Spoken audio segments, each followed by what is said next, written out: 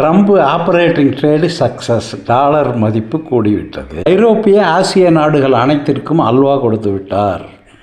இந்த video invest பண்ணுங்கன்னு சொல்கிற வீடியோ கிடையாது. வணக்கம் நண்பர்களே.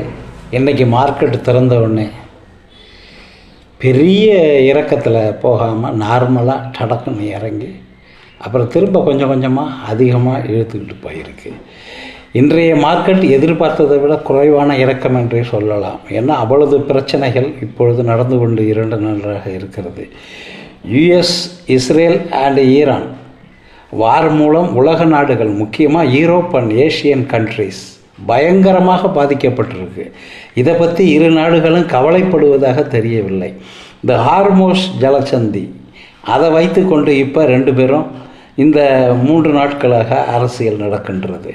அவர்கள் இருவருக்குமே திறப்பதில் இஷ்டமில்லை. திறக்காமல் இப்படி வைத்துக்கொண்டே காலம் கடத்தி இப்போ திரும்ப இது 3வது 4வது முறையாக ஆயிலினுடைய விலை திருப்பி ஏறுகிறது, இறங்கவும் ஏறவும். ஆகவே இவர்கள் சொல்வதெல்லாம் பொய் என்றே நடக்கின்ற நடப்புகளை வைத்து நாம் முடிவுக்கு வரலாம். ஏனென்றால் ஹார்மோஸ் நீரிணையை திருப்பதில் நிச்சயமாக இருவருக்குமே விருப்பம் இல்லை என்று கூறலாம். இதில் திறந்த உண்மையாகிவிட்டது. இருவரும் போர் என்று சாக்காக வைத்துக்கொண்டு இரு தரப்புமே வருமானத்திற்காகவே சுயநலமாகவே நடக்கின்றன என்று தெரிந்துவிட்டன.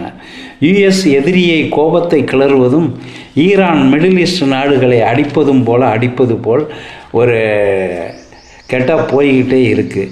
இதனால் கேஸ், குரூடு நீரிணையில் இருந்து வெளியேற்ற முடியாமல் போகிறது. ஆகவே விலை அதிகரித்து கொண்டு போகிறது. இதுதான் காரணம். இதில் இந்த நாட்டுக்கான ஷிப்பை விடுவேன், அந்த நாட்டுக்காக ஷிப்பை விடுவெல்லாம் ஒரு சாதகமான தொழில் மாதிரி தெரிந்தாலும் இது ஏற்புடையது அல்ல.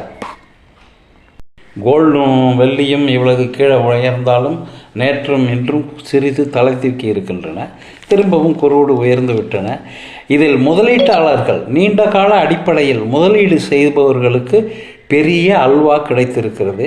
2வது ஆப்ஷன் ஃபியூச்சர் பிஸ்னஸ்லேயும் ட்ரம்ப் அங்கே அறிவிப்பு கொடுக்கும் போதே அதற்கு சாதகமான வருமானம், ப்ராஃபிட் வரக்கூடிய பையிங் அண்ட் செல்லிங் நடந்துக்கிட்டு இருக்கு. இதில் வேறு அவங்களுடைய குரூப் இன்டர்னல் ட்ரேடிங் நடந்துக்கிட்டு இருக்கு.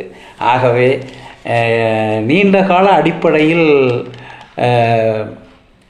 முதலீடு செய்துள்ள முதலீட்டாளர்கள் வாயில் நல்ல அல்வா கிடைத்திருக்கிறது. அப்படி தான் நாம் சொல்ல முடியும். மக்களின் அமைதி வாழ்க்கை, அதாவது போரிடுபவர்களின் மக்களின் அமைதி வாழ்க்கை, அதை பற்றி இருவர் சைடுமே கவலைப்படுவதாக தெரியவில்லை.